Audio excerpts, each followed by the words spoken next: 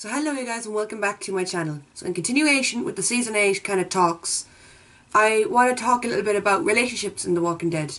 Now I touched on this a little bit in my article in The Walking Dead magazine, so if you read that, I'm just going to be expanding upon some of the points I made and adding in some more.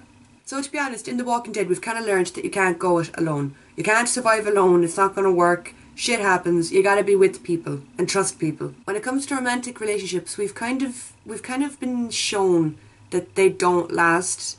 Like you had Rick and Laurie, Rick and Jesse, Glenn and Maggie, even though their love did last, he just died. You know what I'm trying to say? That romantic relationships in a world like that, like, one of you is going to die, something's going to happen. With that being said, Glenn and Maggie's relationship was probably one of my favourites from any TV show. I thought they were so gorgeous together. Their love was just so pure and lovely. And I think that's what made Glenn's death all that harder, knowing that that was going to be ripped apart, obviously. Rick and Michonne's relationship is another one that I actually really love.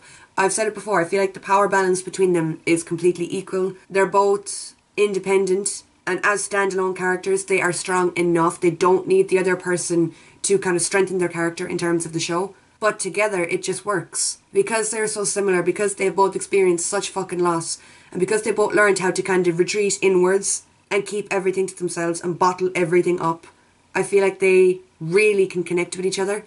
Their personalities are just so fucking similar. They're almost like a superhero couple. Do you know the way in superhero movies when you see like a superhero couple get together and they're just like so kick-ass and magical to watch? That's the way I look on Rick and Michonne. Another little relationship that I think is pretty cute, it's still only blossoming, it's Carl and Enid. Now, like, to be fair, teenage years are fucking hard. Their age bracket is hard. It's difficult trying to grow up gracefully.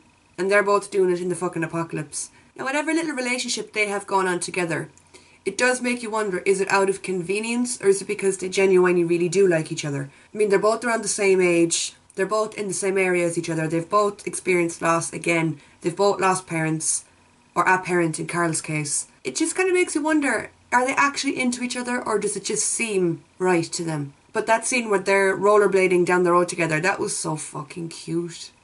Another one that I'm super excited to see explored a little bit in season 8 is Jesus. Jesus has admitted the fact that he is gay to Maggie.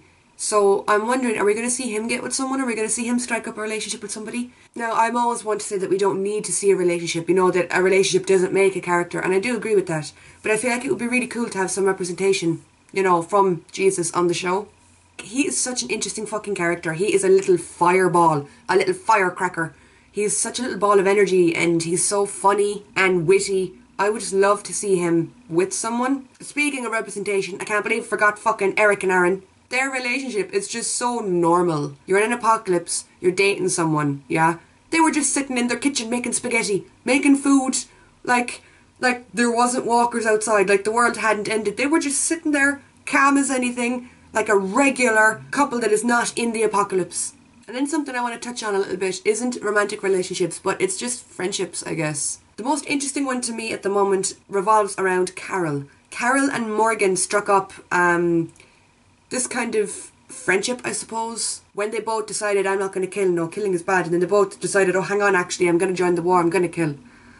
I feel like they can relate to each other so much because their thought process at the moment is so similar. They can really get inside each other's heads. And I feel like that friendship or that relationship is going to be part of the foundation of Carol and Morgan's character going forward into season 8.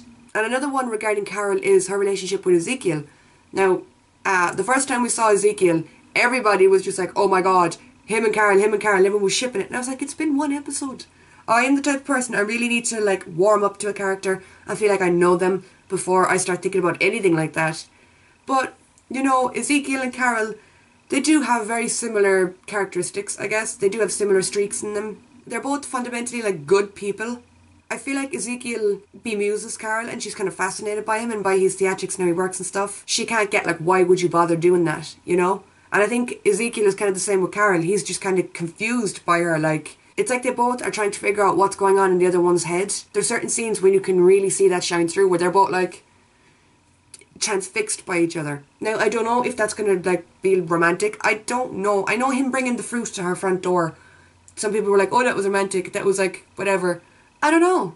I'm not saying I don't ship it. I'm just saying I guess I'd have to actually see it on screen and it would have to be organic. and it would have to just kind of happen. Carol is the type of character that I can't really see in a relationship, given the status of her character and everything she's been through and how level-headed she is now. I don't know. I just can't picture her in a relationship. I want her to be happy, obviously, and if she wants to be in a relationship, fair fucks to her. Off you go, girl. Get you some. But I don't know. Maggie and Jesus is another friendship that is just beautiful. Like I mentioned earlier, Jesus came out as gay to Maggie, and that's a pretty fucking big deal.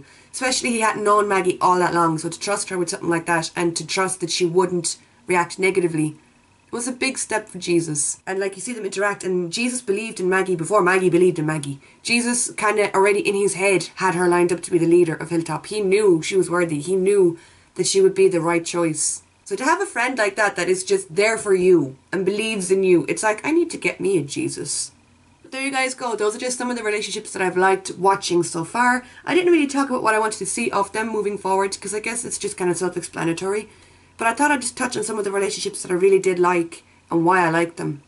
Now I know there's others that I'm forgetting, like Morgan and his stick, and Negan and his Lucille. But those were just a few that I loved the most, I guess. So that is all for today, you guys. I hope you guys have a lovely day, and I'll talk to you all soon.